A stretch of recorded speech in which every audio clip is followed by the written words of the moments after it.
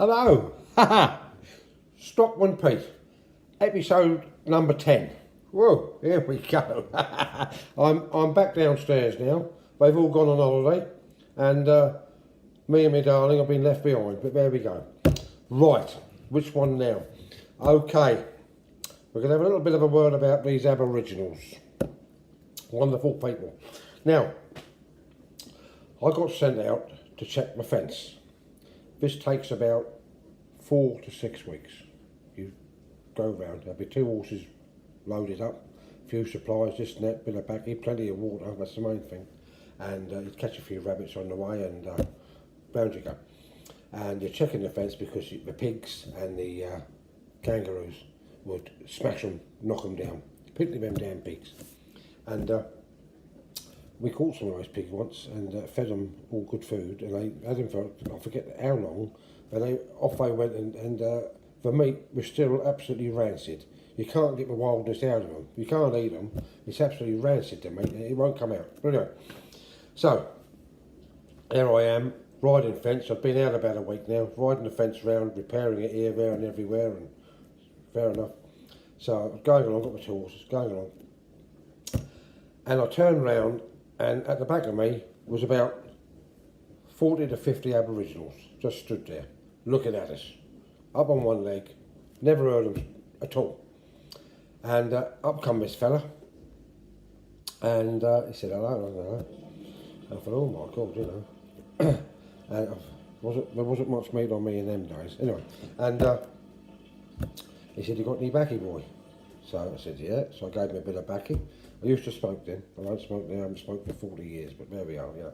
Gave me a bit of baccy. And when he looked at me again, and he said, have you got any water? Well, this was a different story now. And I said, okay. I said, I've got some water. I said, but I'm only going to give you a bit. Well, I can do without a coffee of an evening, a few nights. So gave him some water. And they all looked. And I turned back to old Blossom to do the straps up. Turned back, and they were gone. I never heard them go. I never heard them go. These were real bush Aboriginal people. Never heard them go. Anyway, going along, couple of days, same sort of sequence, turned, they all stood there. He walked up to me, and he said, where's your water canisters? I thought, oh, hello, you know. And I said, and one of the other blokes went over, took all my water canisters off, the whole lot. And they went over, and of course they knew where water was. They filled them all up for us. They filled the lot up, brought them back, put them back over the horses, had all full water now, you know, all that done. He's back of me, they come with him. I went with him, we went for a little bit of a scrub, and there was an old riverbank. And we went down to this riverbank, there was about 40 of them, went down to this old riverbank.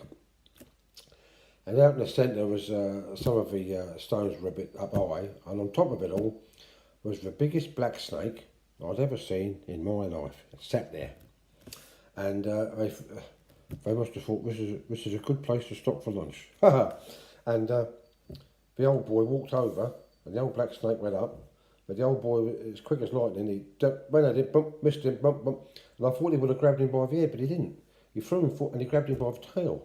And he whipped him round, and he cracked him like a whip. I took the snake's head straight off, and as quick as lightning, he pulled the skin off of it, and boom, and he cut it into sections. And it was that hot there, but he threw it on the rocks, and you could hear the snake sizzling. And I thought, well, I know what's coming. I know, I didn't say my name. I said, I know what's coming next. I thought, and yes, it didn't taste too tough, and it tasted a bit like chicken, I suppose. But I ate a nice section of steak, so I had that.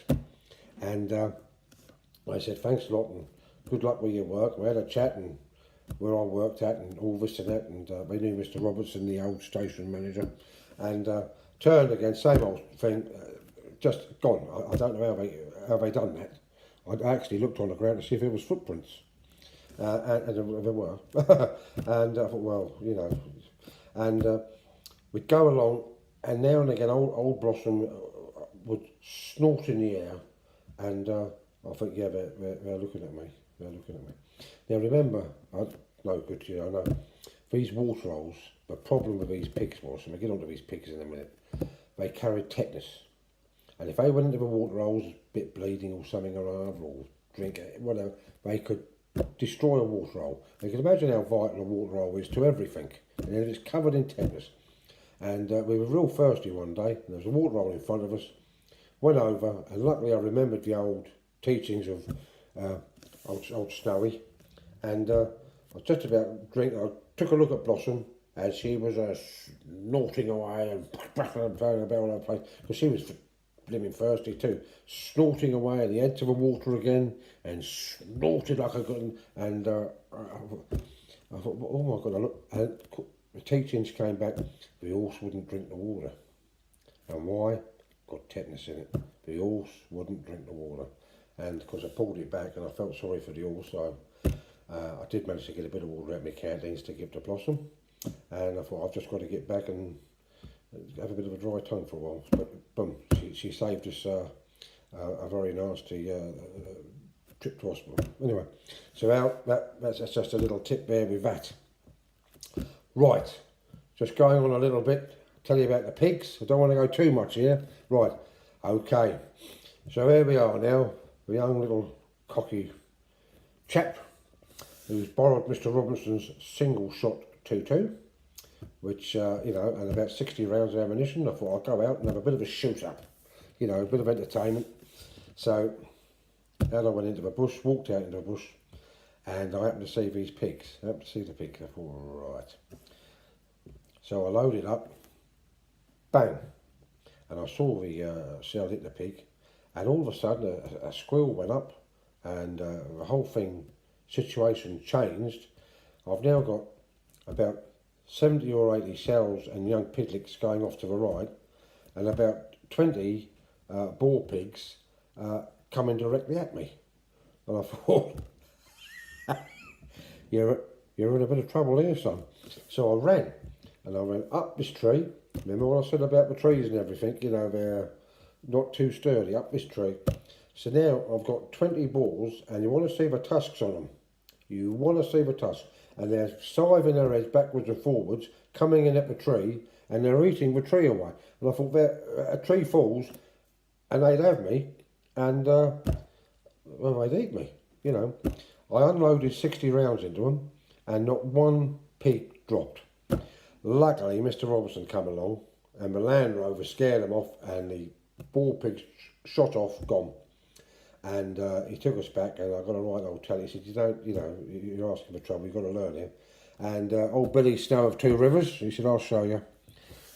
So we went out, and it was a big old boar, and Billy of Snow of Two Rivers, he had an old 303, which is what I used in the army to begin with, till we went on to the SLR. But anyway, I know how powerful that was, big old shell, anyway. And he stood just to the left of us. He said, go on, shoot it. So I lined up on it, and I went bang. And I could see the shell hit it, and the damn thing went down. He went down. And Billy said that the bullet hasn't even penetrated its skin. He said it's fainting, it's leading you up to it, he's playing with you. He said, walk towards it. So I walked towards this big old boar, and sure enough, as soon as I got within a distance of it, where he knew it could have me, up it come, and it charged. Boom. Thank God Billy was a good shot that day, because he lined up that old Freo, and that stopped it in its tracks all right. But basically, left shoulder, into the heart, under the head, which has got to be a real good shot to do that. And that old Freo took its head off. Anyway, so I learnt my lesson with the pigs, but they were a blimmin' nuisance. They had contaminated everything. Right, I'm going to leave that there this week, and maybe another story or two. I've got a couple of tapes upstairs. I've been listening to one or two. I know I've told you about the dolphins and so forth, but there's one or two other little bits. But we'll pick up on them later on as time goes on. Okay, don't forget to subscribe, please. And all the very, very best, Stockman Pete. See you later. God bless.